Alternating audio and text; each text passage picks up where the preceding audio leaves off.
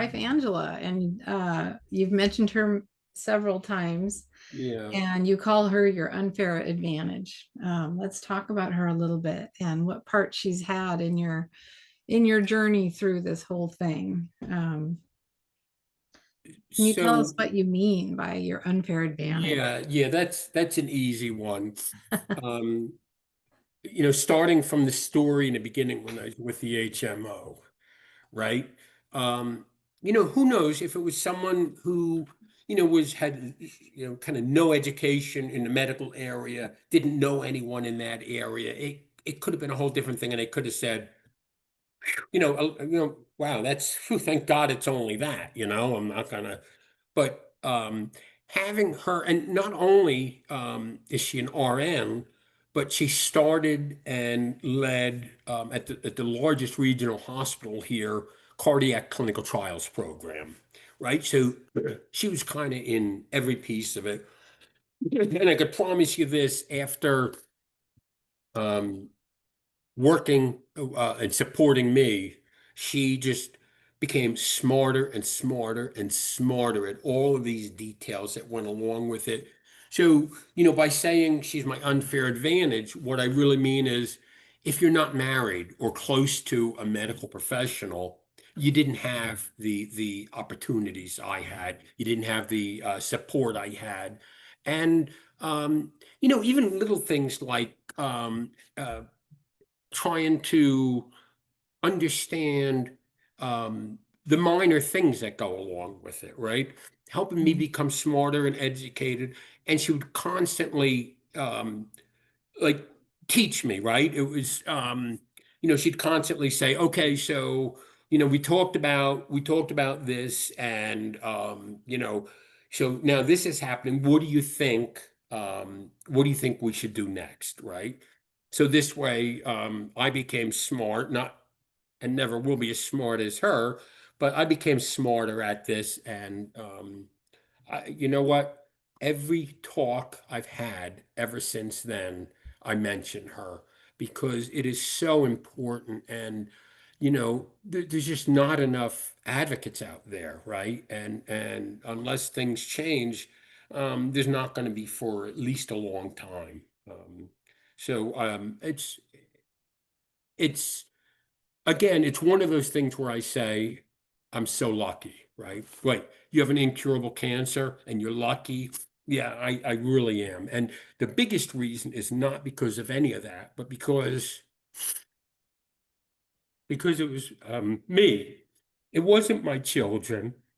It wasn't my granddaughter who was born 3 months before I was diagnosed. It wasn't my parents or my friends or my siblings. I knew what I was going through. But when it's someone else, you feel helpless. And I know they did, but I was just so thankful that, those that close to me didn't have to go through this. So, how did her personal loss and your battle with cancer bring you together in such So, a powerful? 6 months before I was diagnosed, um, we were engaged, and her son Peter was killed. He was murdered at an apartment complex right for the University of Delaware. And I remember getting the call. I remember her screaming at me saying, she called the hospital and she knew people there and said, "Tell me what's happening. Tell me what's happening." And they said, "Just come in quickly." And Oh, she'd Mike, I'm hand so the phone to sorry. me and say, "Michael, tell them, make them tell you what's happening." I unfortunately remember every single detail of that day. And, we went home, and, that happened in the afternoon. We finally got home at like 4 in the morning, and we're laying in bed, and she's crying. And she starts sharing with me, how could I be friends with anybody? How could I, how could I be with somebody that has a son still when I don't.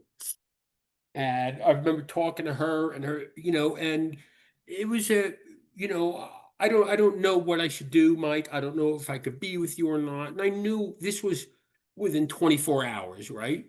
So my job was to be there and listen, let her scream and yell at me if she wanted, which she did very little of, but just to let her know I was there to support her. Um, so when I was diagnosed 6 months after that, Peter died in November of 2012. When I was diagnosed after that, I remember talking to my parents, and they loved the heck out of her, as you can imagine. And I remember my dad just looking at us saying, "I it, this it, this couldn't be a better match. Something, somebody, a higher being, whatever it was, brought you two together for a reason." And just like she had those struggles, my struggles were, first of all, oh my God, I'm gonna die. And then it was being furious with the world. I've always been a good person. Even when I didn't have money, I donated to charities. I volunteer a lot of hours. I do and there's murderers, and you'd see me like this, murderers and rapists living to 100 years old, and then it was her turn, and she said to me, after a little bit, she says, "You know what, Mike? You're right. Life isn't fair. And the last thing we want to do is give it any more advantage to be unfair to you. So what we need to do now is figure out how to cure your cancer." So it was a tremendous. I mean, better than any doctor, better than any drug I was ever on. There's nothing, absolutely nothing that helped me through this like my wife did. So she's played not just a big part as your partner, but Paul, part of your advocacy mission as well. She's a big part of that.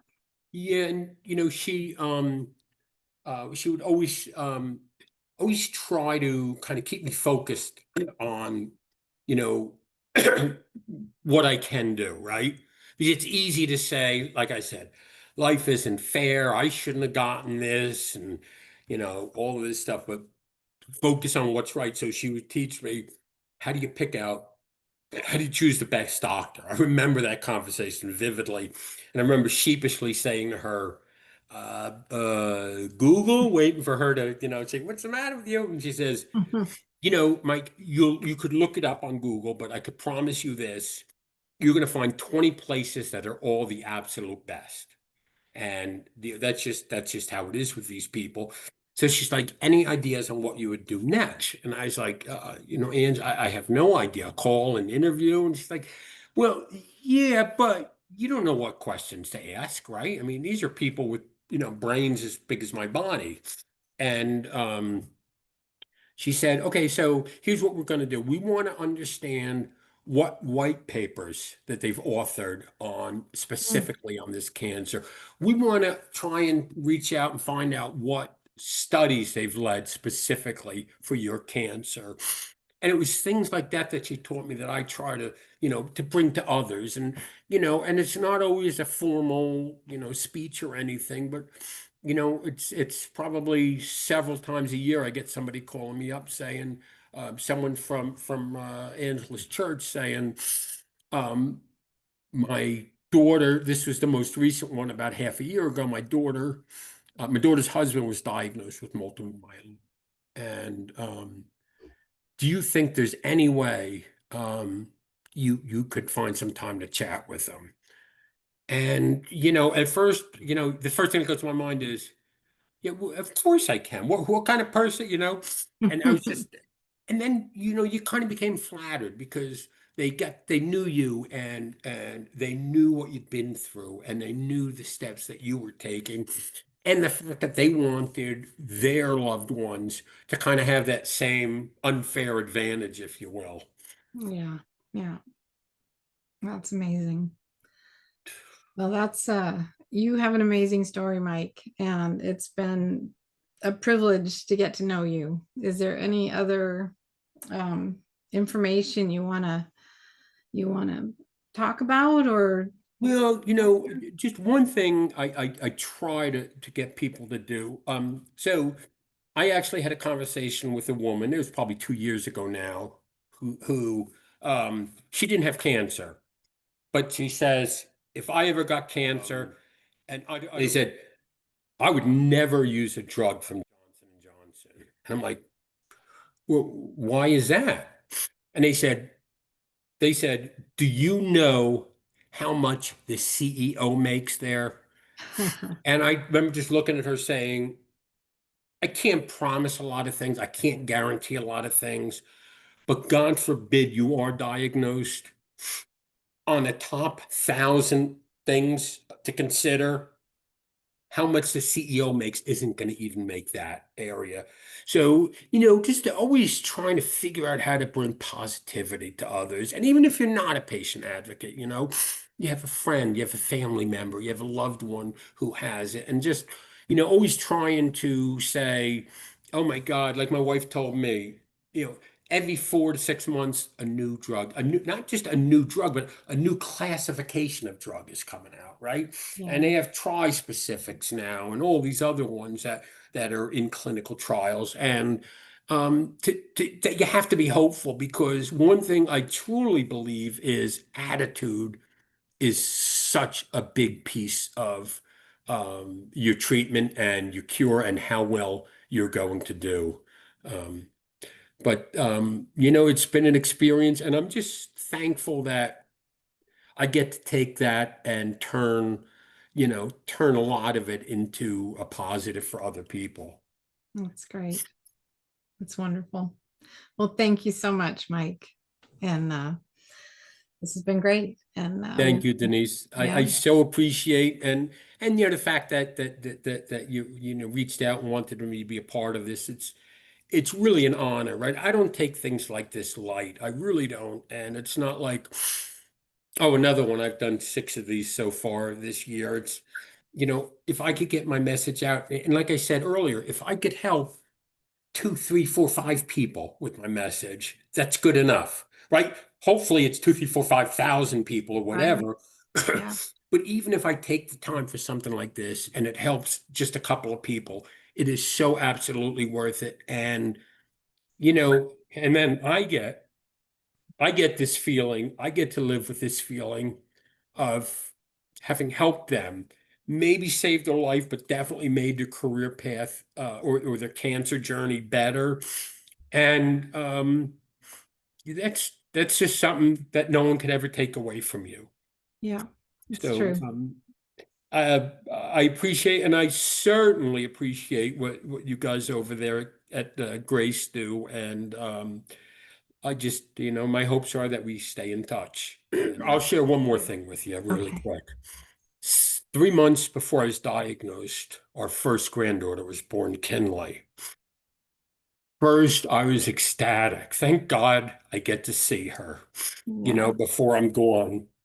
And then I was so mad again because, yeah, I have these like really specific like things in my mind. And what I thought about with my first grandchild was standing at the kindergarten bus stop with my finger down and him or her holding onto my finger. And it was the most soothing thought I ever had. So I was furious I wouldn't even get to do that. And people have come up to me. In fact, um, uh, June 4th was 12 years since I was diagnosed. So people will say, "Oh my God, congratulations. You surpassed your life expectancy by 8 years." And I thanked them and all, and I said, I don't measure life that way anymore.